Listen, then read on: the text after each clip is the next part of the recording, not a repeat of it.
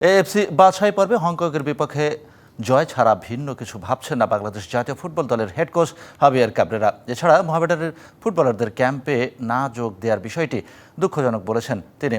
আর এই ম্যাচকে do or die বলছেন অধিনায়ক জামাল ভুঁইয়া। হোম কন্ডিশনকে কাজে লাগানোর কথা জানান জামাল। ৯ অক্টোবর হংকংয়ের বিপক্ষে এএফসি বাছাই পর্বে ম্যাচ খেলবে বাংলাদেশ। এই ম্যাচকে সামনে রেখে মঙ্গলবার জাতীয় স্টেডিয়ামে শুরু হবে ফুটবলারদের ক্যাম্প। স্কোয়াড ঘোষণার দিন ২৮ জন ফুটবলারের নাম প্রকাশ করলেও পরবর্তীতে মোহামেডানের জাহিদ হাসান শান্তকে যুক্ত করে টিম ম্যানেজমেন্ট।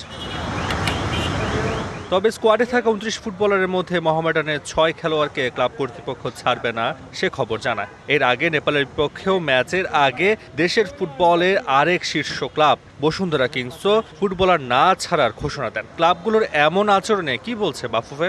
এর আগের বার যখন টিম নিয়ে ডাকা হয়েছিল নেপালের ব্যাপারে, তখন দেখা গেছিল যে আমাদের আরেক ক্লাব তারা কিন্তু প্লেয়ার ছাড়েনি। তো আজকে আবার মোহামেডান প্লেয়ার ছাড়ে নাই। আমরা যেভাবে নামছি খেলার জন্য, সেভাবে আসলে আমাদের ফিকচার আর সব কিছুই ওইভাবে যেন মেনটেন করে, তাহলে আর যেন পরবর্তীতে আমরা এই ফেসে না পড়ি।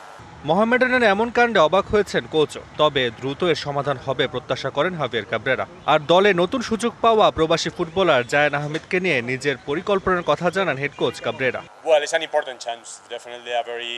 ম্যাচটা আমাদের কাছে খুব গুরুত্বপূর্ণ। সিঙ্গাপুরের বিপক্ষে হারের আগে আমরা ভারতের বিপক্ষেও জিততে পারিনি, তাই এই ম্যাচে জয় ছাড়া ভিন্ন কিছুই ভাবছি না। ক্যাম্পে মোহামেডানের ফুটবলারদের না পাওয়া দুঃখজনক, তবে আশা করব টিম ম্যানেজমেন্ট দ্রুত এর সমাধান করবে। জায়ানকে নিয়ে কাজ করার অপেক্ষায় আছি।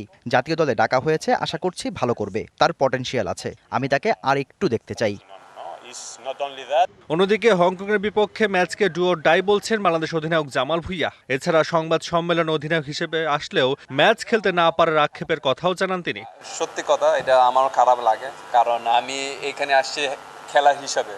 সো আমি খেলতে চাই next match do or die, আমি যদি অনেস্টলি বলি, কারণ আমরা যদি হারি তাহলে I think it's very hard for us to qualify. মোহামেডানের ৬ ফুটবলার বাদে ২০ জন হোটেলে চেক ইন করলেও ইতালি প্রবাসী ফাহমিদুল প্রথম দিনের অনুশীলনে যোগ দেবেন বলে নিশ্চয়তা দেন ম্যানেজার। ২৯ জনের স্কোয়াড থেকে ২৩ জনের মূল স্কোয়াড ম্যাচের আগের দিন প্রকাশ করা হবে বলে জানান coach হাভিয়ার Cabrera. Taswar Nafi, DBC news, Dhaka.